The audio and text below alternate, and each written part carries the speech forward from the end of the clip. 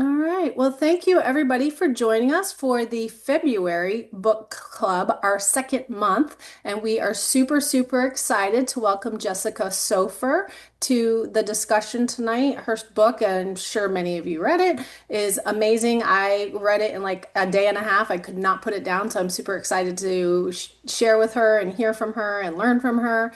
And what I will share is we do have, like we did in January with Kimberly, we do have some pre-written questions that we have shared with her. We also got a few questions from the readers over the form that I sent. But if you have additional questions that you would like to ask throughout our discussion tonight, please feel free to use the chat feature and we will read them. We can stop and catch up at any point, or if you have anything else you want to throw in the chat, we are happy to share that with her. And I am going to shut up now and I'm going to kick it over to our amazing book club managers. We have Kelly Goodman, Deb Winters, and Bernadette Ferretra, who have done all of the back work to get our book club going. And so I'm going to hand the reins over to Kelly, and there you go. Okay, thank you. Um, well, welcome again, Jessica. I wanted to read everybody, I want to read everybody Jessica's bio. She is the New York Times bestselling author of This Is a Love Story and Tomorrow There Will Be Apricots. She grew up in New York City, attended Connecticut College, and earned her MFA at Hunter College. Her work has appeared in Granta, The New York Times, Real Simple, Savior, The Wall Street Journal, Vogue, and on NPR Selected Shorts. She lives in Sag Harbor, New York, with her family. Jessica, I don't know if you have anything else to add to that. I'm just very happy to be here. Great. Okay, so we are going to start with the questions that were submitted to us early for as you all read the book. So our first question for Jessica is, my favorite character is Central Park. It is mind-blowing to think that the park has access to billions of individual stories. Why did you choose to focus on Abe and Jane? Why not write about the chiropractor, for instance? And why was Abe and Jane's story so important for you to tell? It's an interesting question. It's a great question. The Central Park didn't come first. Abe and Jane came first. So once their characters were written, Abe's character was written first. I worked with his narrative for a very, very long time, and it was just his point of view, a singular point of view. And eventually, that narrative felt really small, and so it opened up to include Jane's narrative, Alice's, Max's, and then it felt like I've always been really interested in atmosphere. I love a sense of atmosphere in a book, and I am drawn to atmospheres. I feel I miss them when I'm not in certain places. They feel very much like characters, people, human beings to me. And so it felt like there was this kind of not only motif, but a real backdrop for their lives that stayed consistent over all the years, which is not always the case, right? So, and so I just started writing the Central Park section and it became a character. And I will say that I wrote that section also during COVID when I was dreaming a lot about places that we couldn't go to. I don't know if anyone else had that experience, but I would have these very vivid dreams of Central Park because I had grown up there and not knowing the future of the park, not knowing whether it would ever be the park again, felt really immediate to me and like something I wanted to capture. And so those sections, the Central Park sections, happened so very, very fast. I just realized that I'm not actually answering the question. So the question is, why did I focus on Abe and Jane? I focused on Abe and Jane because I focused on Abe first. And I was really interested in writing a character who was watching someone they love pass away. And that's always been interesting to me, as I'm sure it is interesting to many of you. I had a father who was very sick for a very long time, and during kind of formative years of my life. And watching him suffer and watching my mother caretake for him was really formative for me, and felt critical to put into language. Thank you. Second question is page 256 in the ebook version. You remember wondering when intelligence becomes wisdom and so on. When do you think intelligence becomes wisdom? Why or when is it important to distinguish between the two?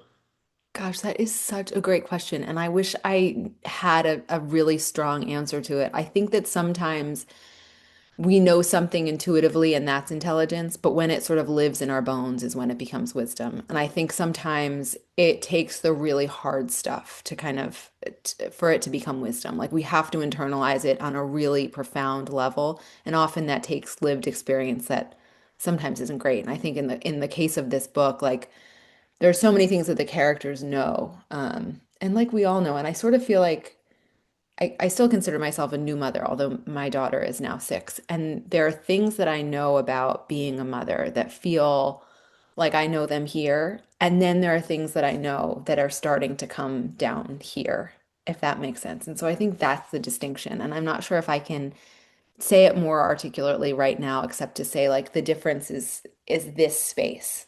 And we don't always know like when it's going to happen, when we're going to feel it happen. But yeah. Okay, thank you. This is from one of our readers. I admit that it was not until Alice came into Abe and Jane's story that I became invested in this book. Until Alice, I could not relate to Abe and Jane because they seemed too much like the perfect love story. I know it was just one part of their story, but for me, Alice made their story more realistic. With cancer and Jane's tension with Max already a part of their story, why did you feel the need to write Alice into their lives? So funny, and I hope this is not taken the wrong way, but it's like you sort of can't win because on one hand, some people felt like their love story was unrelatable, they couldn't relate to it, and on the other hand, people found that Alice was really repellent, that they couldn't relate to her, that breaking up a marriage. So it's like it's either one or the other. People either feel like the marriage is too good to be true or Alice is too bad to be real. And I sort of feel like both are true. You know, that like a love story can be so good and also so complex. You know, I don't think Alice, like, this is going to be a weird thing to say, but I don't think Alice ruined anything. I think in certain ways, Alice kept them together and sort of put them back together. And so I think that Alice is a critical character for their love story, just like maybe everybody is a critical character for every love story. You know, we all have these people that come in and out of our lives, and no one doesn't change the trajectory of every single life, if that makes sense. So, That does make sense. he does it good. Yes. I will say too that Alice, was a really fun character for me to write, but a really true character for me to write. I've taught creative writing for most of my adult life, and for many of those years, I taught undergrads. And Alice was a very familiar character to me, you know, that kind of like wide-eyed, in love, in love with language kind of student is one that I had again and again and again. And sort of my heart would break for them all the time because I sort of knew what they were up against. Like the level of um, the romantic ideal that they had in their head was just is just too big for real life. And yet I know where it comes from. They've all been reading great literature since they were 2. And so they kind of ended up in this place. And Alice too, like she didn't want to live in the real world. She wanted to live in a fantasy world. So yeah, Great answer. Thank you. thank you. Um, how many books have you written, and which is your favorite? Such a hard question. So I have published 2 books. I have um, written 3 full manuscripts. So there's one book that essentially lives in a drawer. And that one I spent a very long time on. And in certain ways became this is a love story, but not entirely. And love story is maybe an extension of it or like a transformation of it. But it's so hard to say which is my favorite. I mean, I think like none of them are my favorite and that they all need work. But at this point, now that I can't have my hands on any of them, I kind of can only look at them in terms of the process. And I really, though it nearly killed me, the process of This Is a Love Story was pretty incredible because it was very long. My first book, this Tomorrow There Will Be Apricots, happened pretty fast. It happened right after I'd graduated from graduate school, and and like this is sort of a thing that no one should say in the industry because it's so hard to publish a book, but it like happened to me. It happened pretty naturally, and it wasn't the worst. Like I didn't question my sanity. I didn't question my ability to write during the writing of Apricots, nor the publication of Apricots. It was all sort of straightforward. But with This Is a Love Story, I worked on it, on a version of it for 7 years and really got to a point, and maybe more than that actually, and got to a point where I really wasn't sure if anything I wrote was ever going to be publishable again, and had real doubts about whether or not I was going to have to change my career path. And so in the end, I had broken up with my agent not long after Apricots came out. We just kind of went our separate ways. And I sent the manuscript that I was working on. I sent Apricots to this one agent named Julie Bear. She turned it down. I sent the manuscript that lives in the drawer also to Julie. She turned it down again. I sent her an early version of This Is a Love Story. She also turned it down. And so when I got to the end of what I thought This Is a Love Story was going to be, I said, I'm only going to send this manuscript to Julie Bear. And if she takes it, great. And if not, I'm going to have to really reconsider what I'm doing here.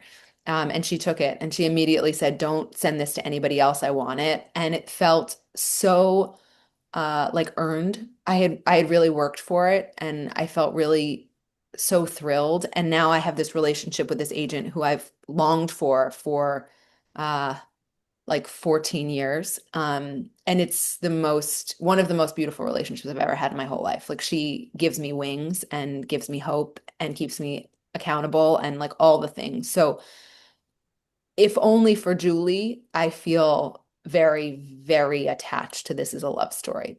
Um, but I'm also working on another book and I'm alternately hopeful and totally terrified about the next one. So I think that's always the titration, like thrilled and disappointed and devastated and hopeful, and that's where we are. That's the writing life, I guess. I don't Thank even you. remember what your question was. Sorry. You answered it. You Okay. answered it. Thank you. And I think you partially answered this one earlier. You said that the characters came for you first. Abe was your first Yeah. character. At what stage of the game does plot come into it? That's a great question because I'm notoriously terrible at plot. I have a really hard time with plot and I always have ever since I started writing, ever since high school. It's just not where I thrive. And I often think I should have a writing partner who is like a screenwriter or uh, a romantasy writer, somebody who really sort of knows how to make things happen because that's not who I am. And in certain ways, This Is a Love Story. Like I've had this conversation with my editor and agent a lot lately. In my in my opinion, like not that much actually happens in This Is a Love Story, and yet so much does happen. It's 50 years, but the way that I wrote it felt so very slow and um, so much like trudging. And when I have to write a story that has like a really strong through line and where a lot happens fast, I really spiral out. Plot, I don't know what my relationship is with plot. It's complex to be determined, I guess is the answer to that question. Thank you. Are there therapeutic benefits to modeling a character after someone you know? I think it depends on your relationship with writing. Like I think it can be great if you write that character and the writing goes swimmingly. But if you try and write that character and you can't make them snap to, it can be really devastating and it can feel like a loss or like a mishandling of information or a mismemory. I have tried to write characters in order to sort of like honor them or honor a moment, and it has not gone as planned. There's a particular person, I had a very dear friend, this is more information than you need, but I had a very dear friend in college who passed away a couple of years after we graduated. He fell from a balcony in New York City that gave way. It wasn't like a drinking incident, it was just a total fluke and a really, truly horrible thing. And I have many, many times tried to write his story, like the story of our relationship. We were supposed to have tomato soup the night he died. I've tried to write that so many ways, and I haven't been able to in a way that has performed.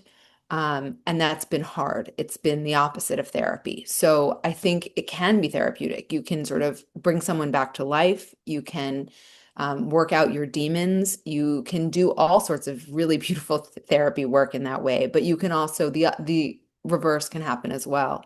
So I don't know if this person is asking for a recommendation here, but sometimes I think the shorter the better. So like rather than committing to a short story or a novel or a memoir. It can be much more like a fast acting drug to write a little, like a response to a prompt, in order to sort of get that effect, the therapeutic effect. Okay.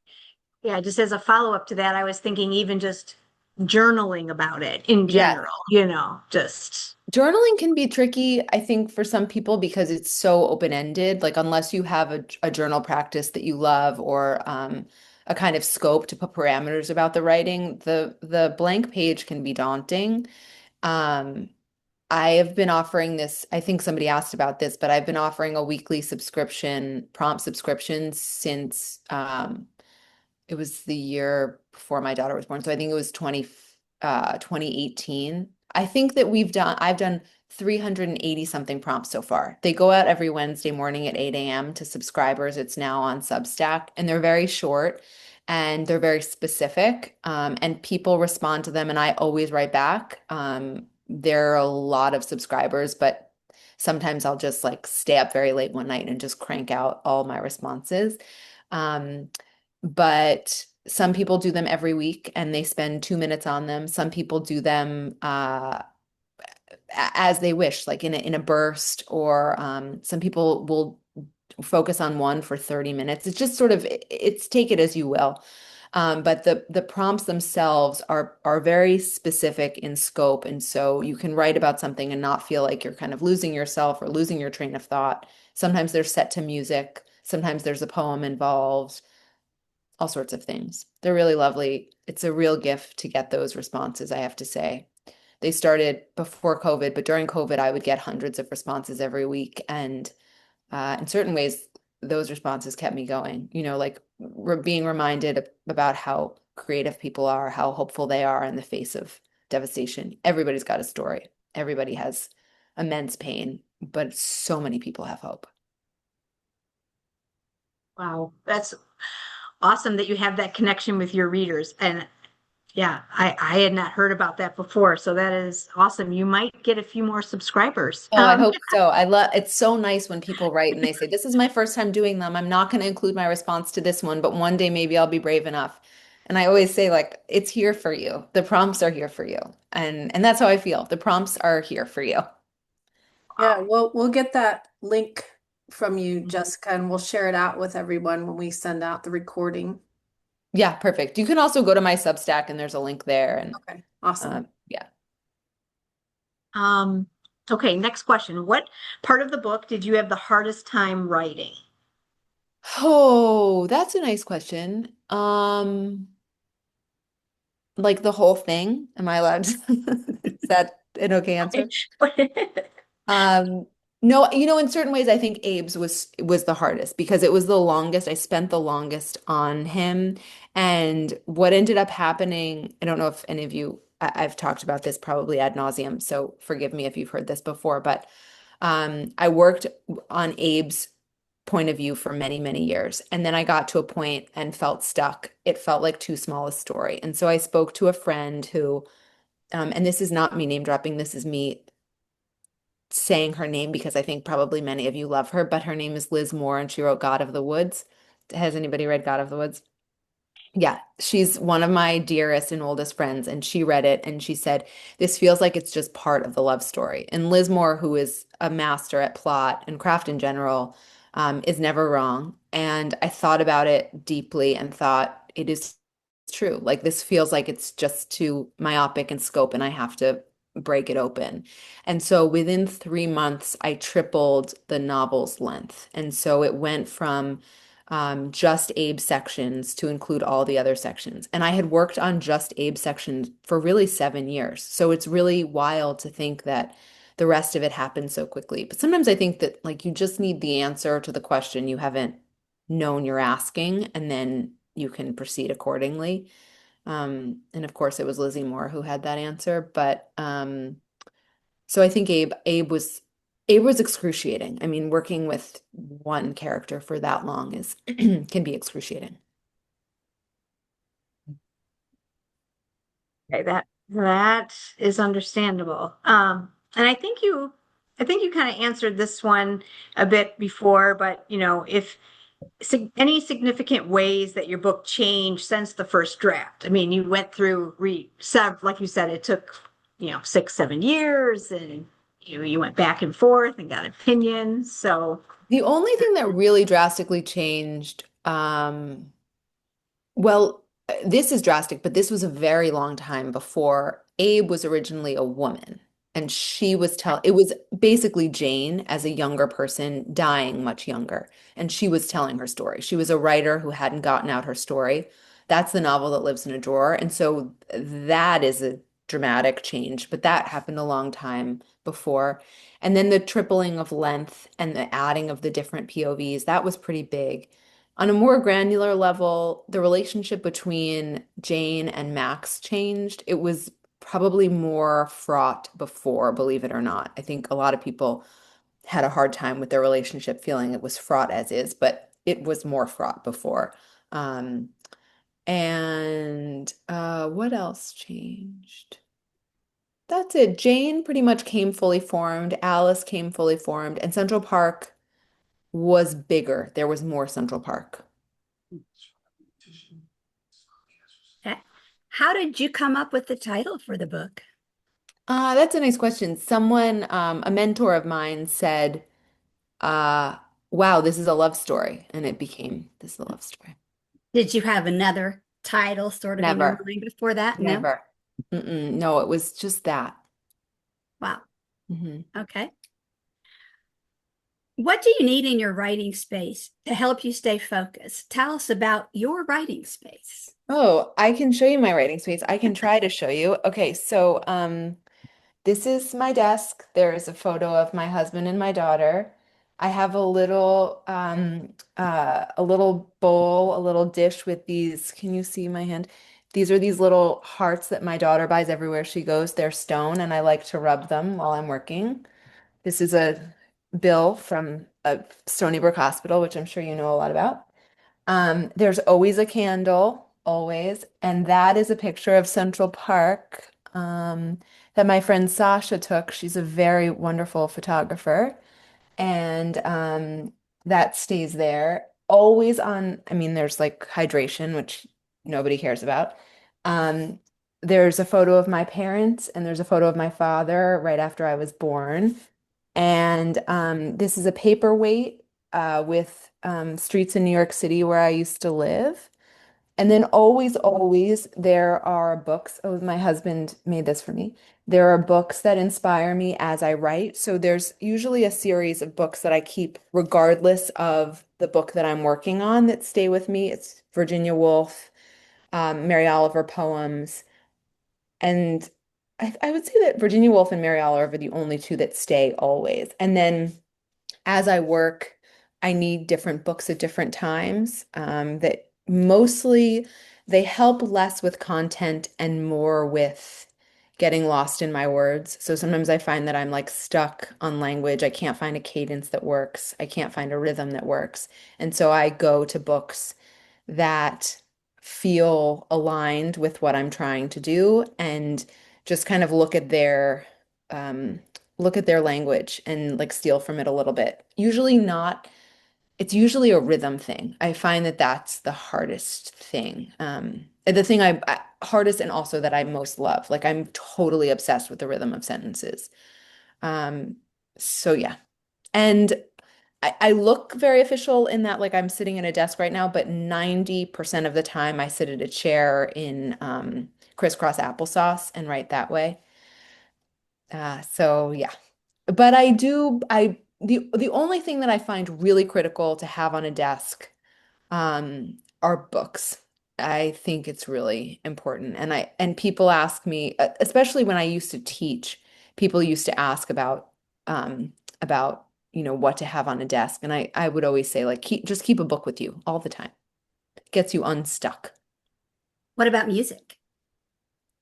Music can either be really enlivening or really repellent, depending on the mood. And it's actually the same with literature. Like sometimes if I'm working on something, I find that I can't read something. Like a book will draw me in the incorrect direction, sort of. And it's the same with music. Sometimes it's amazing. It can really stir up sentences. And I used to teach this class. This was so fun.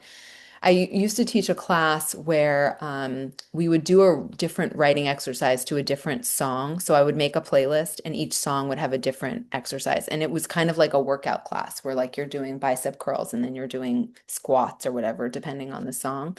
And it would take you up and it would take you down. And so I really believe in the power of music. But with that said, it can be overpowering. So I have to use it sparingly, I guess, is the thing. I can never write when there are words. It has to be instrumental. Instrumental. What about day or night? Does that make a difference for you? I used to be very precious about it. I used to believe that I was a morning writer. And then I had a daughter right before COVID and all that went out the window. Like you sort of write when you can. And that's true now too. And by and large, I write when my daughter's at school. So I write from the time after I work out until more or less the time that I go get her, depending on the day. But but now if I'm in the thick of something, I just leading up to Thanksgiving, I was working 12-hour days. So like wherever I could find it, I would wake up at 4 and write for 3 hours and then so it changes. But I believe now, I guess what I'm saying is the one thing that I believe in is that you sometimes one thinks one knows the kind of writer they are. I used to believe that I was a morning writer, but I'm just, I'm a writer. Like whenever it works and I'll take it at any time of day. So I think being precious about it can actually like really undermine the work. Sometimes at night when I feel most grateful to have time to write is when the writing is best. So just never know. When the juices are flowing. Exactly. Exactly. Exactly. Um, does anybody else have a question that they want to ask Jessica? Kelly, these aren't in the chat, but I'd like to, I have two. Please. I can't imagine writing a character for 7 years. No. I know I can't really either in retrospect, I, but I mean, all kinds of Sundays that manuscript would be in a trash can somewhere. How do you keep on going? mhm. How do you keep going back to it? If in fact it goes in the drawer for a while and comes back out, whatever your answer is. Um, I mean, maybe it's a little bit of a sickness, like the trying to make it work can be a little bit of a obsession, and I don't always mean it in a good way. It's like trying to win something. But I think more than that, at this point in my life, it's a habit. Writing is a habit. And so going back to something again and again, it's like it doesn't always feel great to brush your teeth, but you do it because it's the thing that you do.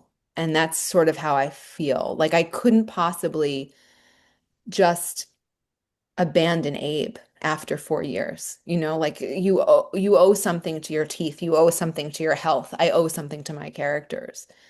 That said, the manuscript that lives in a drawer before that, I'm not sure I had the same conviction. And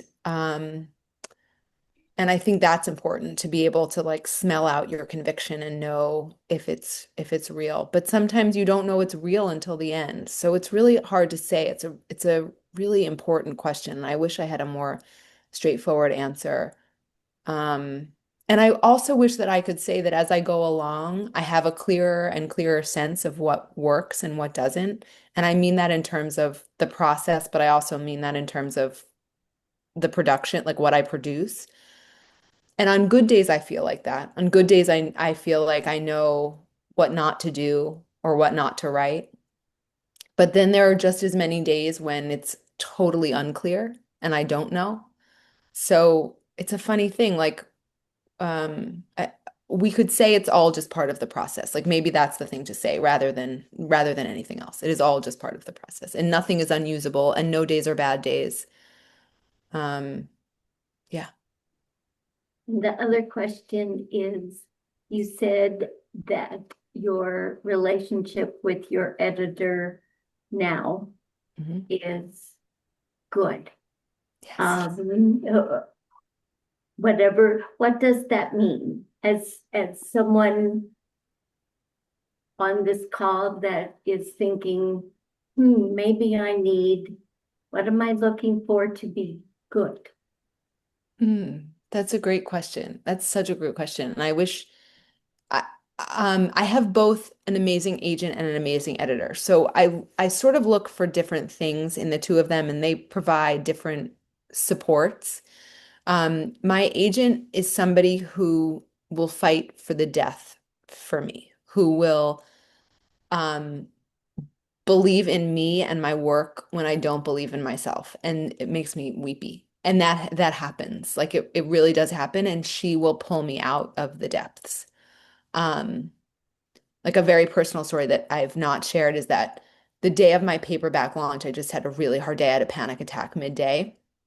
And then I had to go to the paperback launch and I just like couldn't be a person. And she took me into the bathroom and she like held my face and said like you are going to be okay. And no one else could have done that at that point because she sort of knew like she knew what it meant in a way that nobody else knew what it meant.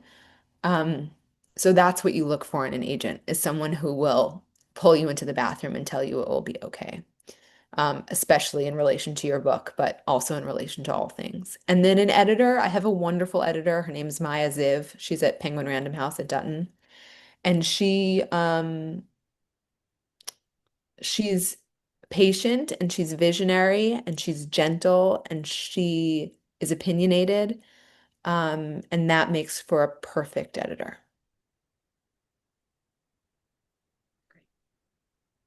Thank you. Christina? Hi, thank you. First of all, thank you, Jessica. This is the first time I've gotten to speak to the author, to an author. Well, the second time, one of the other authors I spoke to, but that was like a business class thing, and so business books are totally different, as you know. But I remember being in school and reading stories and everything. And when you, as a student, have to read them, they're always talking about, the symbolism of this and the symbol and what does the author, what is the author saying here? Well, this is my chance to actually ask the author, what did you want to give the reader from your book, from this book? What is your message to us? What a question. Now you know how your students feel sometimes, you know? I think this might be a totally unsatisfying answer, but I hope it's not, which is that there was no message, or there was every message. It was just like all the books that I have ever loved have spoken to me at different times in my life for different reasons. They've spoken to people that I've loved for different reasons than my own. Like books resonate with you at a particular time and for a particular reason that somehow can be like unspoken or unclear even. And that's the sort of loss of what happens in English classes. Like there is a right answer and there is a wrong answer in an English class. And that's really like unfortunate. It's sort of myopic. And one thing we do in creative writing classes that I think is different and is really important is rather than saying what do you like and what do you don't like and what don't you like, we say what works and what doesn't work. And not only does that focus our attention on craft, but it also focuses our attention on like what's most personal. Like what about the rhythm of this book hit you between the chest? What about the personal experience of this book is something that you'll never forget? And so whatever message, uh, if there was any message that resonated with you, then yes, that was my message. Thank you. Go ahead, Deb. This is from the chat.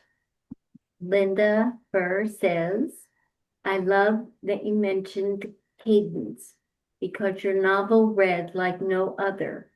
And I wonder if that was purposeful or that is how you always write. Um, Thank you, Linda. That's a really wonderful thing to say. I appreciate that. Um, I am obsessed with rhythm and always have been ever since I was a child. I remember sitting on the subway and reading I don't even know if they have it in the same format now, but the advertisements above the seats and repeating them again and again in my head and changing the sequencing so that it rang more true or more lovely. So I've always been obsessed with rhythm. I can't imagine not writing with an attunement to rhythm. It doesn't always mean that it works. And I will say, like, for a lot of people, it doesn't work. I don't read my Amazon reviews ever now. But there was a week, I had a weekday one day, and I got a really nasty review. And I think pretty much all they said was, this was not a novel, it was a book of poetry. Um, I might be modifying that language a little bit, but it was a 0-star review. And I thought, like, if that's the worst thing you can throw at me or at this book, I will take it all day long. Like, I am obsessed with poetry. You have to be an idiot not to love poetry. It's just like beauty in the world, meaning in the world. So, I am proudly obsessed with rhythm and will proudly always try to write with an attention to it.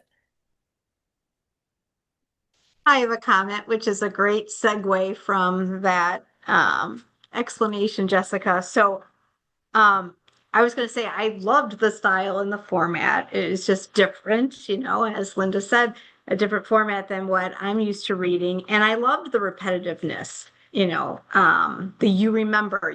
I mean, it was so vivid. Like I could actually see, the way you write, I could just actually see what was happening. And as a person who's loved or lost a spouse to this disease, it made me poetic in the sense I was writing poems about. I titled it Maybe, and it was about my husband, and like maybe he shared a funny story with you, or Mhm. maybe he you know did something kind for you, or maybe he made you laugh when you were sad. Maybe so I kind of was inspired by your writing and the style, so I really appreciate it. It really resonated with me. There's no better thing to hear. Inspiring creativity with something that I made is just like, it is never a gift that gets old. And to think, you know, like it's funny to think a book, like you can hold a book in your hand, right? And it lives in a very small place on your desk. And yet then there are times when you see a book in motion in the world and you see the way that it can have such a strong ripple effect. And it's the most beautiful thing and like never stops being incredibly wild to me that that can happen. And that, like, that's a story that I'll never forget. I'm really grateful for it. Thank you.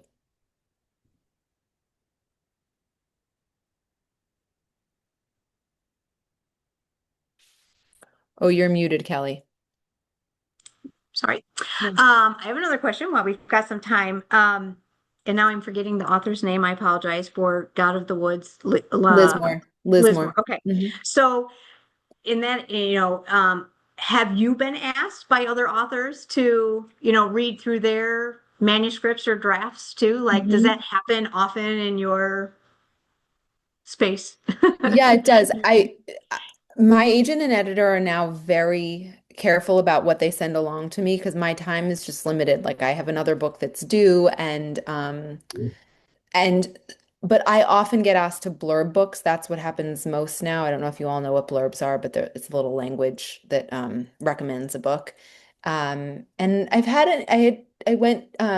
Jenna Bush had an event last spring, and all of the authors, we had a conversation about blurbs and the usefulness of blurbs and the bullshitness of blurbs. And I don't know how I feel about blurbs. Like, on one hand, I think that a lot of times they're favors. We do them as favors. But I think on the other hand, it can really change the way that books are sold, the way that books are consumed. And so they are really important.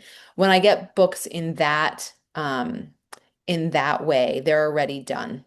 But my students, I've had so many students now over the years, and they will send me things, and sometimes I read them and sometimes I can't read them, but I always try to if I can. And yeah, it's a real gift to talk to people about their work because it's their work. It's their life's intent. And yeah, so I do get asked and I try to give answers that are useful and meaningful. I mean, when people ask about publishing right now, I don't entirely know what to say. I mean, it's a really weird world out there. On one hand, there's a lot of goodness and people are reading, and that's amazing.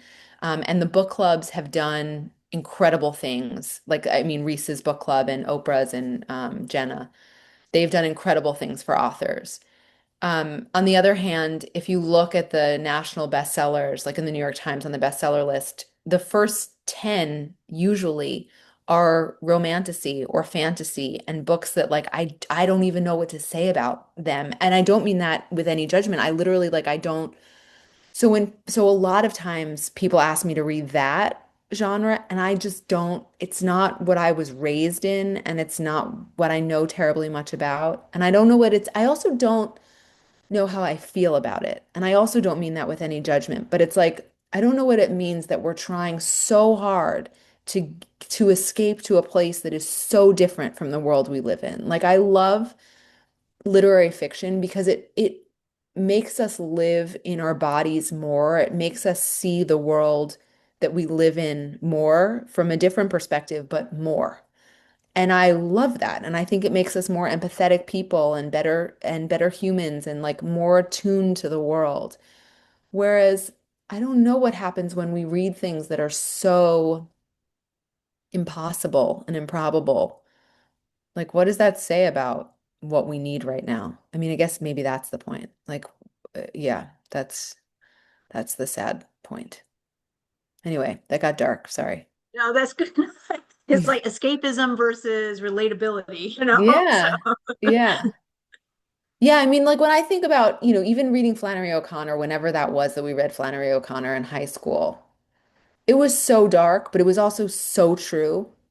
And it redefined the way that I thought about the world, like the place that I live and the people that I interact with and how. And that's really important for human development. It's important for socialization and social development, and it's important for everything. Um, yeah. But I haven't read that much of it, so I maybe let's strike that from the record. you like what you like. We all like what we like. There's so much good stuff right now. I've read so many books that I've loved lately. That's great. It's never ending. I mean, there's Yes. always a book, yeah, to read. My husband used to say, you're never lonely if you have a book. Or, you always have a friend if you have a book, something like That's right. that. That's right. Was your husband a reader? Yes, yes. He loved it. Magazines, newspapers. Yeah, novels. Yeah, he read a lot, especially when he retired after he was diagnosed. He was reading all the time. So, yeah, Wow. wide range. Amazing. Hmm. Uh, Beautiful. we've got another note in the chat here, another question. Mike and Linda, I kept all my emotions in check until I read Jane the Dog chapter and I burst into the ugly cry. So thank you for that. Jane the dog has a real life. People have real feelings about Jane the dog, as do I. My father, at the end of his life, we used to wheel him to Strawberry Fields. I don't know if any of you have ever been to Strawberry Fields, but in Central Park, we lived on 72nd Street in Columbus, which is 1 block away from the park. And 72nd and Central Park West and the park is where Strawberry Fields is. So we would wheel him in there and he would sit there. And sometimes he would like engage with people. Sometimes he just sat there. I actually remember Liz Moore and we would walk through the we went to Hunter College, which is on the Upper East Side, and we'd walk through the park and we'd see my dad sitting in the park with my mom, and we'd sit with him, and sometimes he would communicate and sometimes he wouldn't. But that really, like, thinking about that is where Jane the dog came from, is like, oh man, just like at the end of a life. And in the time right after someone passes away, it feels like everything is both more alive and less alive. And trying to, talk about what that really feels like all the signs, Mhm. um, trying to nail them down. And I almost like that's something that I feel like I will never tire of writing about, like the way that life becomes more lifelike sometimes. And I think that so often happens around death, which is the saddest part of it. I wish that it could always feel like that. Having a child does that too, in a different way though. Anyway, Jane the dog is with you. She's with me too. Mhm. That's I great. wanted to comment and say that there was a lot of I didn't read your bio until I was partway into the book. I was like, oh yeah, she's a creative writing teacher. Yeah, okay, well that's obvious now. Yeah. But things like I think the first time I thought of it was the and I had notes in my book, but anyway, it was every December the smell lights the way. Mm. And I was like, oh, it was like you don't put the, smell and light in the way together, but it was like, oh, I know exactly what that is. I know exactly what that is. You can go somewhere and you can smell something. It's like, it's this way. Yeah. And the smell lights the way. And there was a whole bunch of, imagery. And I get your love of cadence and everything because there's things like when you're talking about, and I didn't write it here, but it's in my other, it's in my, well, it's in my, but we had, things like, when you would say there was something and there's like and so on and so on and so on or and maybe not or it is and it isn't and that's just the way it is or the mathematical equation of having things maybe it's just a mathematical equation or maybe it's just the truth. I was like, oh. So there I were just am things in there. Thank you for that very careful read. I am a writer with tics. Like I tend to have those tics in the book that I'm working on now. I realize that I'm saying like that a lot. Like a sentence will end and then the next sentence will be like that. Um, and I don't really know why that develops. And it's either a good or bad thing that two different voices have the same tic. But in this book, there are two different characters and they kind of have like everything to do with each other and nothing to do with each other. They're both women, they're both mothers, they're both in that like weird space of trying to figure out their place in the world after becoming mothers. And I think the fatigue of all of that makes them just kind of end a sentence and then say it like that, like that's it. I Um, actually shared the book with some other folks who I thought maybe would join me here today, but they didn't. But it's like, I just can't get into it. She's just all over the place. And I thought to myself, I mean, that's exactly how when I journal, I'm like, da da da, and then this, and then this. I mean, it's just yeah, right there, and it's like they must be more methodical people than me because I really understood and felt how you were. I was like, I can totally keep up with this. It was like when, I'm they're so like, oh, glad. it was just too abrupt, and then it would go to something else. So yeah, Yeah, it is to I guess the different, kind of like you said, don't read the review, whatever, because I didn't read the reviews until after I was done. I was like, what? And I thought to myself, some of these, there's like, not the same book. I was like, well, what book is she reading? Because I'm like, it's like, it's totally different. I know. And I'm But I wanted to say thank you again for that. Oh, well, thank you. Thank you for your beautiful read of it. Yeah, I mean, I don't think I'll ever be a writer who will please everybody. I just can't imagine writing a book like that. My husband and I have joked so many times over the years where he said, like, just write some chick lit. Let's just like make a whole shit ton of money and you can just write some chick lit. It's not like I haven't tried. It's just not the writer that I am. Um, and I find that every time I try, the narrator just like complicates her head and her language and it becomes a book about language and that's just I don't know, it's just who I am. And I don't need to be a writer that appeases everybody. I feel like now I have really strong readers who I am so grateful for and adore and who get it and get me. And like, there's nothing stronger than that bond. I don't know if every reader, if every author feels that way, but I feel it like this conversation. I mean, you get it. And that's so magnificent. And I also have people who believe in me, like my agent, my editor, and who understand that I'm not going to be a writer for everybody, but who are still paying me for it. So, what else could I want? Thank you. Got a question about Central Park. So since you've lived there, like your, majority of your life, and you probably, didn't have to go through and pace the park or whatever to get more ideas, but I mean, did you? Did you like, No. I mean, all of those details. Like I've only been to Central Park twice, and I just know stay out of the way of like runners and bicyclists. Yeah, that's right. Like, but you made everything else so real. I was like, oh my gosh. There is an exercise that I like to do with writing students where we there's a book. It's not a book of poetry. It's a prose poem called "I Remember" by a man named Joe Brainerd. It came out in the 80s, I think, or even the 70s, and a lot of it is has to do vaguely with the AIDS epidemic and being a gay man in a very heterosexual world. And it's so beautiful in its content, but also in its writing style. And every line starts with "I remember" and it finishes, and then you drop a line, "I remember." And so I'll do that. I'll read a section of it to my writing students, and then they do the same thing. They start with "I remember" and they finish the sentence, and then they drop a line, "I remember."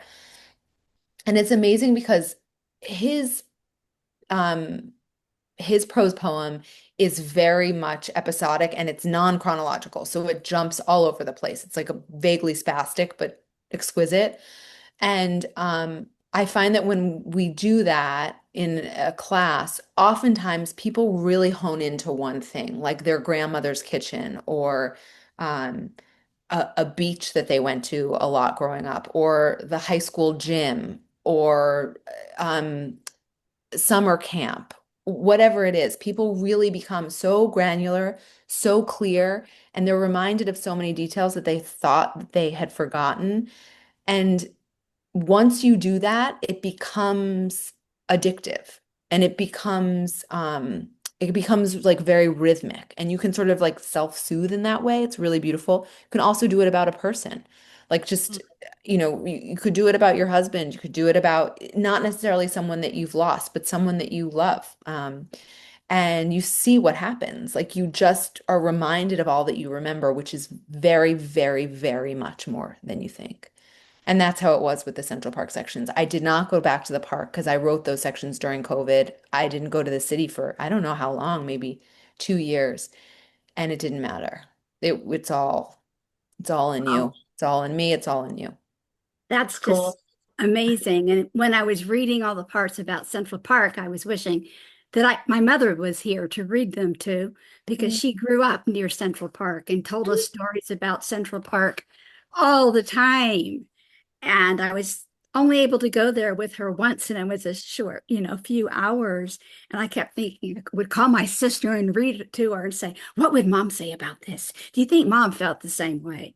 It was so descriptive. It's just so amazing to me that you didn't physically go there to get refreshed in writing this. Yeah, it's like the worst part of loss. I think about that with my dad all the time. Like there's so many things that I wish he got to see and that I got to talk to him about, like the Central Park stuff. I mean, so much of that was that so he was an artist, he was a painter and a monumental sculptor, and he would drag me to the park all the time because he wanted to sit there. And so the two of us would just sit there in quiet, and I had no choice but to just kind of observe.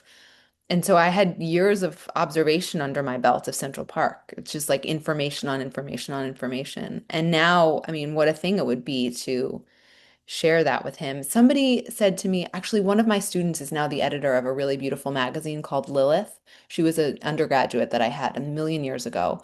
And she interviewed me for this book, which was really like a wild turn of events and very special. And she said that she wondered who the character of Central Park was And in the course of this, I remember exactly where I was sitting. In the course of this interview, it occurred to me that probably the voice of Central Park is my father, who sat there and just he was like very non-judgmental human being. He was just an incredibly keen observer and like a taker in of the world, no matter how weird or dramatic or like challenging the world was, just kind of like went into the pot. And so I think that in certain ways, like he is Central Park, just like all that information is him. And so I guess I know how he feels about those sections because they're his. I don't know. Maybe that's the answer. Great. I've got to tell you, I think I was out walking the dog or something, and I got a phone call, and I was, standing not in any specific park, it's maybe just like a parking lot, and there was a tree there, and I thought to myself, it was like a very private conversation. I just turned around, looked at the tree, and was like, "Don't tell anyone about this, okay?" Yeah. Because it was like after a while, you're like, okay, well, who else is listening? Who else is watching this story as it unfolds? Just like, Central Park watched everything. So. Yeah, if you think about that, I used to know the number of visitors to Central Park annually. It's an insane number. I mean, it's a gazillion people a year, maybe more. And so when you think of all the stuff that happens in that park all the time, it's 384 acres. I think it's enormous. And there's so much that happens there all the time. Like it's not 384 desolate acres. There is stuff happening in that park constantly. So it's pretty wild to think. There's never a dull moment. My mom is an author as well. She used to be a true crime author for most of my life. She was a true crime author, and now she writes crime novels, which is really fun and wild. And her first true crime book was about a murder that happened in Central Park, a true one. Obviously, it's true crime, but there was a woman who lived up the street from me. She was adopted, but her parents were very, very wealthy. She lived in a fancy building on Central Park West and 72nd, so literally a block from us. And she babysat a couple times for a girl that I knew, not for me.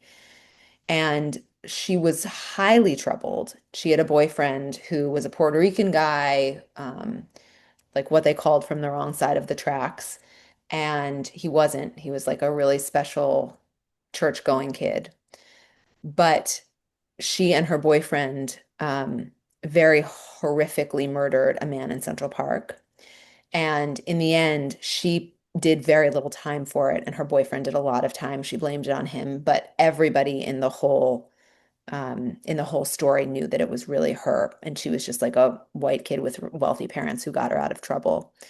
But yeah, so Central Park. I don't remember. Oh, Central Park holds all the stories. Yes. And they hold all the stories for my family. I mean, my mom wrote about Central Park 2 decades, I guess, before I did.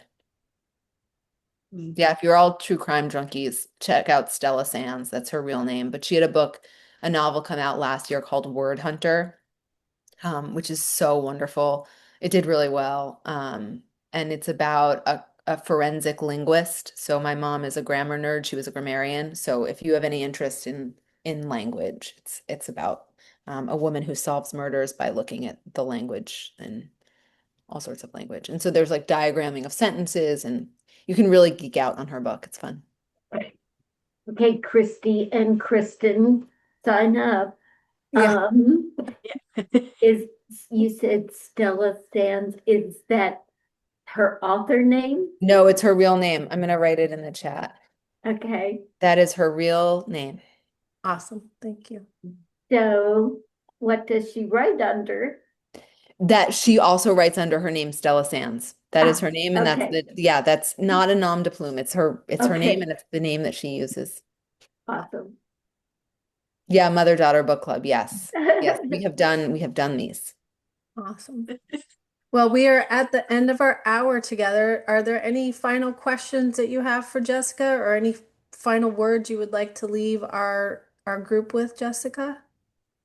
No, just thank you so much. Your questions were all so beautiful and generous, and I'm so happy that you all have each other and a community to rely on, and I'm wishing you all strength and love and reading and all the things. Thank you. Right. Thank you. Thank you. And thank you, as always, to Kelly and Deb and Bernadette for being amazing and helping Thank organize you. this and hosting tonight. We really appreciate it. And our next author is Graham Simeon, and we will be sharing that out next week. So if you would like to be part of that next book club, the meeting I believe is March 25th or 26th, 25th. So same time frame. I have not yet read that book, so I'm looking forward to it. And then Jessica, we will share back out with you. We'll send a survey to the folks who are here tonight, and then we'll post this on our YouTube channel and share it out. So if you wanted to use it anywhere, you are free to do that. And feel free to join us at any time for our book club. Oh, that's so Yeah, sweet. Thank yeah, you. yeah. It's Yep. nice to be an honorary member. Yeah, awesome. All right. Well, thank you, everybody, and enjoy the rest of your evening, and we will see you again soon. Thank you. Thank Bye. you. Bye-bye. Bye.